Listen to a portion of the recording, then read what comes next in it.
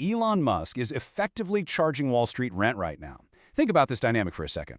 For the highly anticipated $75 billion SpaceX IPO, there is a fascinating, entirely unorthodox prerequisite.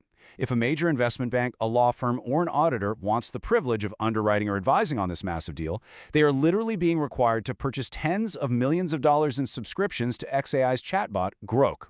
We are witnessing an extraordinary shift in leverage, where a single private company is forcing the world's most powerful financial institutions to become direct, paying customers just to get a seat at the table. Behind closed doors, institutional advisors are quietly calling this the Lex Luthor risk. It's a sobering, yet undeniably lucrative reality of a single ecosystem positioning itself to control the world's digital and physical backbone. When you combine global internet access through Starlink, direct-to-cell phone service, and an internal artificial intelligence, you aren't just building a traditional tech company anymore. You are constructing a sovereignty-transcending infrastructure platform, one that could eventually prove completely impossible for any single government to regulate. Which brings us to our first major shift: Earth's physical compute wall. The macro thesis here is that the purely speculative era of software AI is over.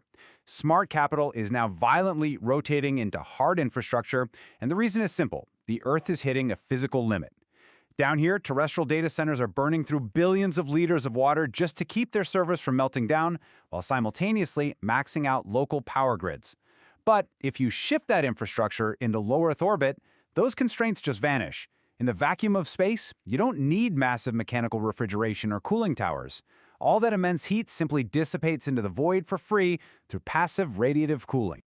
To put that terrestrial bottleneck into perspective, powering data centers right now costs an average of 5 cents per kilowatt hour. 5 cents might sound like nothing, but in the context of training and running planetary-scale generative intelligence models, it represents a massive multi-billion-dollar financial drag. It is an economic ceiling on what artificial intelligence can actually achieve on the ground. Bypassing the terrestrial grid entirely completely inverts this cost structure. SpaceX recently filed an application with the FCC for an orbital data center system. They are planning to deploy up to 1 million solar-powered satellites.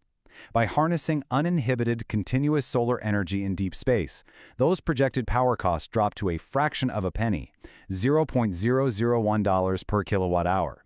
Economically speaking, this cost inversion effectively turns terrestrial cloud providers into legacy operations overnight. Now, bridging the gap between conceptual engineering and actual financial reality hinges entirely on Wright's law of space economics. Through the upcoming Starship V3, and by targeting full reusability with an unprecedented launch cadence, SpaceX intends to crush the mass-to-orbit cost down to under $100 a kilo. That specific metric is the fundamental linchpin. It's the math that makes a 1 million satellite constellation financially viable, and it turns space from a niche, exploratory domain into a mass market for industrial-scale infrastructure. Next, let's look at pricing the orbital monopoly. While SpaceX itself remains private, public markets are absolutely desperate for exposure to this shift. Look closely at the financial architecture of the newly listed Starlink AI Acquisition Corp, trading under the ticker OTAI.U.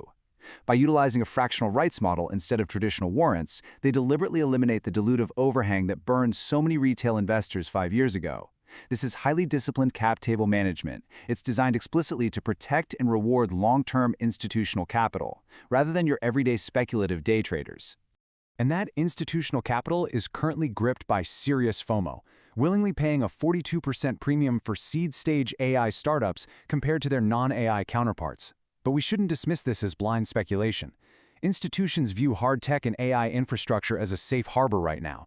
In a world defined by geopolitical turmoil, disrupted supply chains, and heavily fluctuating oil prices, a terrain-independent orbital network offers a level of strategic autonomy that legacy software companies simply cannot provide.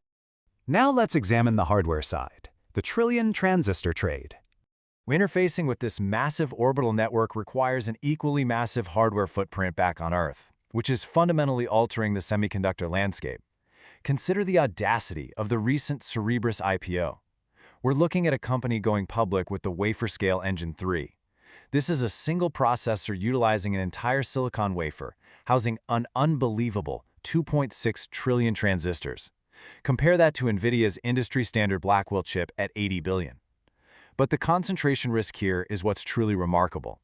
Cerebras is anchoring a $3.5 billion IPO to a single $10 to $20 billion OpenAI contract.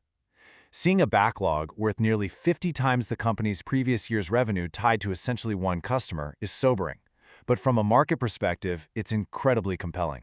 When you connect these terrestrial hardware dots to the orbital network, the ultimate institutional endgame becomes completely clear. Starship acts as the highly efficient, cheap delivery mechanism launching the payload, Starlink provides the unblockable global transmission grid, and xAI's Grok processes the intelligence layer. What you get is a fully self-contained, closed-loop economic system. It's a vertically integrated global utility that competitors simply cannot block, easily replicate, or effectively regulate. Which brings us to the fallout. Trading the deployment wave. Moving the core processing brain of the economy into orbit creates a very real structural upheaval of the labor force. We are approaching an estimated 100,000 tech layoffs in May 2026 alone, with major enterprises explicitly citing AI restructuring as the primary factor. Companies are actively replacing routine human cognitive labor with these newly available, cheaper, orbital-backed software and hardware substitutes. It is a massive, highly efficient restructuring of the tech workforce designed specifically to free up cash to fund these massive infrastructure capital expenditures. The market defines this specific transition as the deployment era. The focus has violently shifted away from purely developing foundational models and toward forcing their practical, large-scale implementation. We're seeing multi-billion-dollar joint ventures forming between premier AI labs like OpenAI and Anthropic and massive private equity firms. Their strict mandate is to buy up service firms and hire armies of engineers to aggressively force legacy corporations into this exact new hardware deployment cycle. When you step back and look at the sheer magnitude of SpaceX's $1.75 trillion valuation, you realize we have fundamentally repriced the entire aerospace sector. We are no longer talking about space exploration in the traditional sense. We are talking about the construction of the ultimate global utility. Space has literally become the motherboard upon which the next century's economy will run. And that leaves us with an unprecedented second-order effect to consider as analysts, investors, and participants in this economy. As we witness the construction of this unblockable, space-based monopoly, this closed-loop system of launch, connectivity, and intelligence, we have to ask ourselves a very difficult question. Is a strategic moat still just a business advantage if it eventually becomes a form of global sovereignty? Because when one ecosystem controls the global data toll road, we are no longer just pricing a financial asset. We are attempting to price the next layer of global governance.